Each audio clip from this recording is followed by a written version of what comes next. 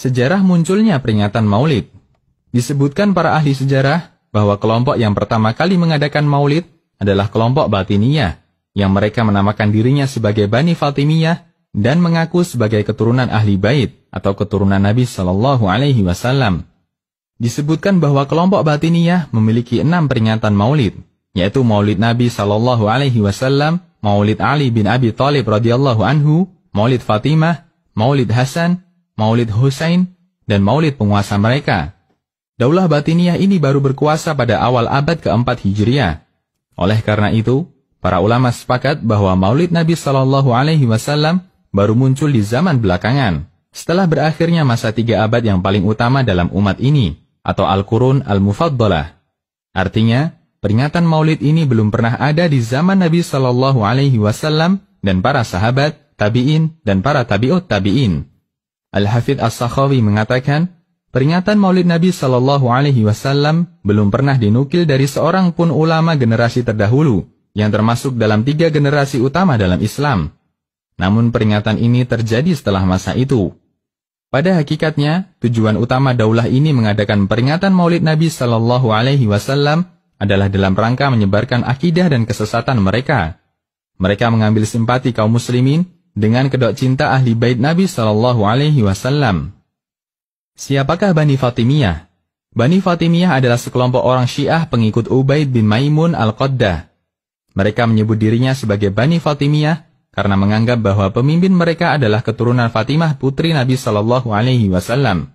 Meskipun aslinya ini adalah pengakuan dusta, nama yang lebih layak untuk mereka adalah Bani Ubaidiyah, bukan Bani Fatimiyah. Kelompok ini memiliki paham Syiah yang menentang Ahlu Sunnah dari sejak didirikan sampai masa keruntuhannya. Berkuasa di benua Afrika bagian utara selama kurang lebih 2 abad. Dimulai sejak keberhasilan mereka dalam meruntuhkan Daulah Bani Rustum tahun 297 Hijriah dan diakhiri dengan keruntuhan mereka di tangan Daulah Salahuddin Al-Ayyubi pada tahun 564 Hijriah. Daulah Fatimiyah ini memiliki hubungan erat dengan kelompok Syiah Al-Qaramithah Batiniyah.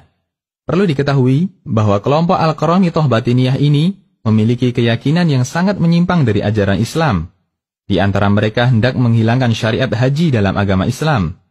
Oleh karena itu, pada musim haji tahun 317 Hijriah, kelompok ini melakukan kekacauan di Tanah Haram dengan membantai para jamaah haji, merobek-robek kain penutup pintu Ka'bah, dan merampas Hajar Aswad, serta menyimpannya di daerahnya selama 22 tahun. Siapakah Abu Ubaid Al-Qaddah? Nama aslinya adalah Ubaidillah bin Maimun, kunyahnya Abu Muhammad. Digelari dengan Al-Qaddah yang artinya mencolok, karena orang ini suka memakai celak sehingga matanya kelihatan mencolok. Pada asalnya, dia adalah orang Yahudi yang membenci Islam dan hendak menghancurkan kaum muslimin dari dalam. Dia menanamkan akidah Batiniyah, di mana setiap ayat Al-Quran itu memiliki makna batin yang hanya diketahui oleh orang-orang khusus di antara kelompok mereka.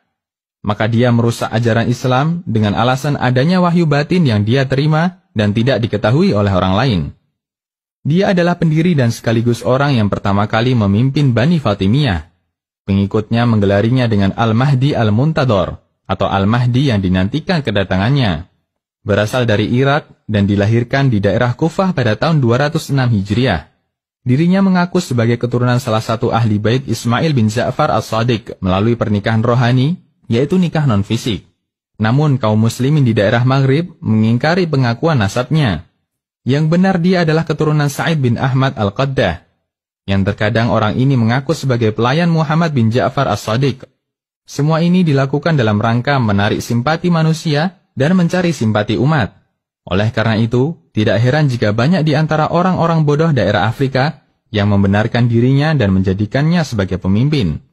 Konsultasi Syariah.